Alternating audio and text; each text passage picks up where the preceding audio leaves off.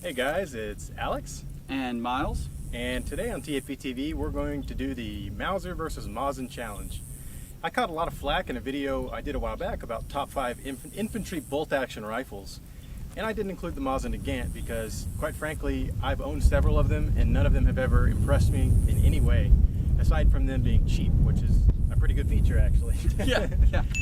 So what we've done today is I've got a World War I era, actually 1901 production Mauser Gewehr 98. This is actually an interesting one because it was made in Württemberg and it has an Ulm proof mark on it. So it actually predates the 8x57 IS cartridge, but it was upgraded to S and the Longevizier sight was accommodated. And Miles is using an M91 30. The 30 variant is a little anachronistic, but the big differences are it's got a round receiver, it's got meters on the sights instead of our Shinai.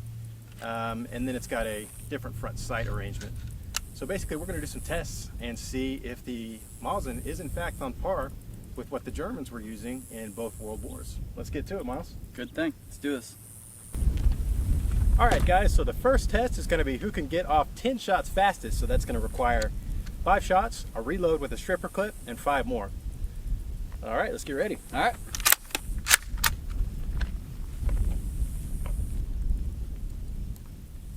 Alright, shooter ready? Ready? And go!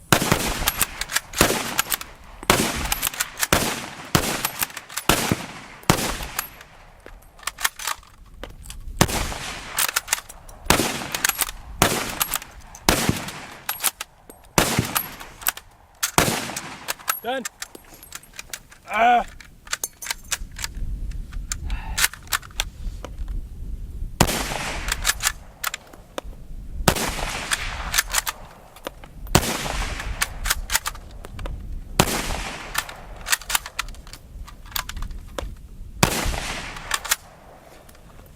You beat me there, Alex. You beat me pretty good. I beat you by a pretty fair margin there. Oh, definitely, definitely. So score 1 for the German Empire. Yes, yes, yes.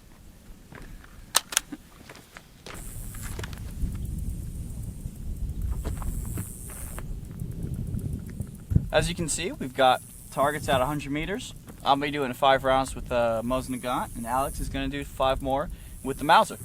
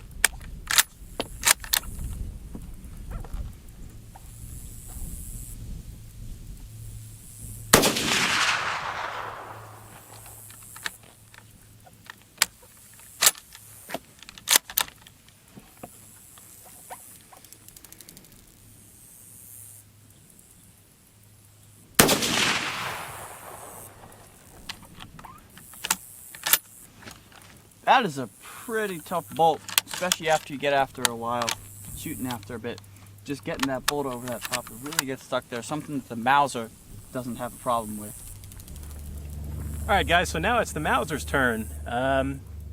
We'll see how I do at 100 meters.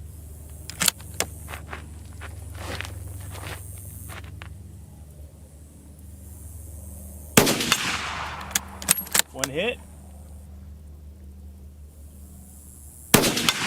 2.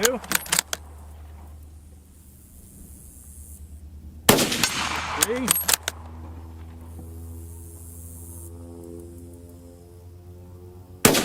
4.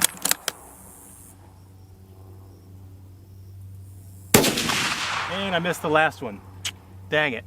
But score 1 more point for the Mauser.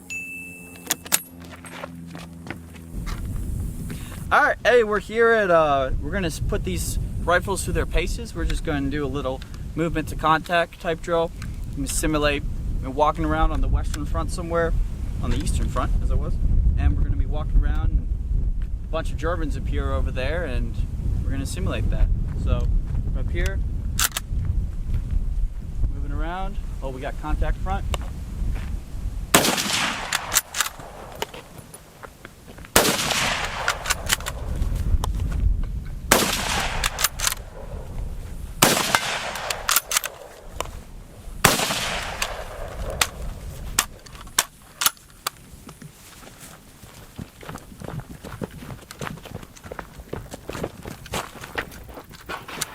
Up.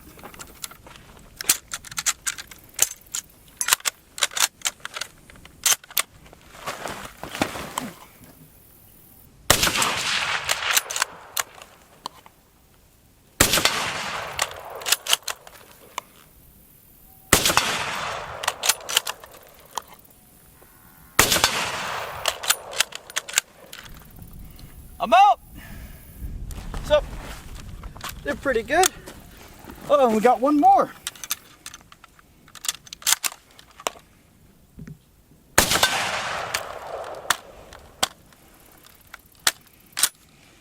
That bolt handle, that's getting really stiff doing these reloads.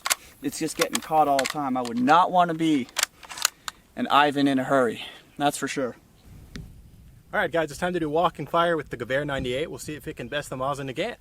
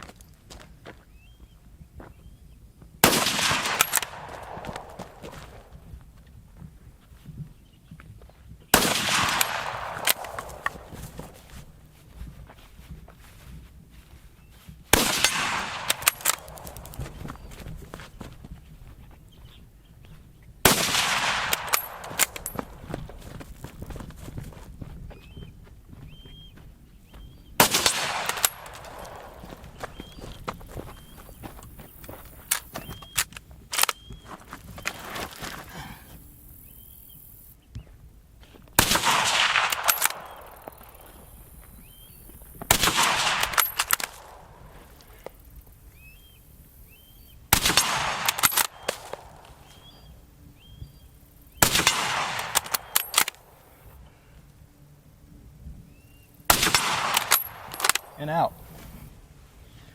All right, all in all, I think the Gewehr 98 did a pretty good job. However, the Mosin still did pretty good. While this edged it out, I think, what I think we learned is that running and shooting with a bolt-action rifle is pretty dang hard, no matter what rifle you have. All right, guys, so we did quite a bit of shooting today with both the Gewehr 98 and the Mosin Nagant.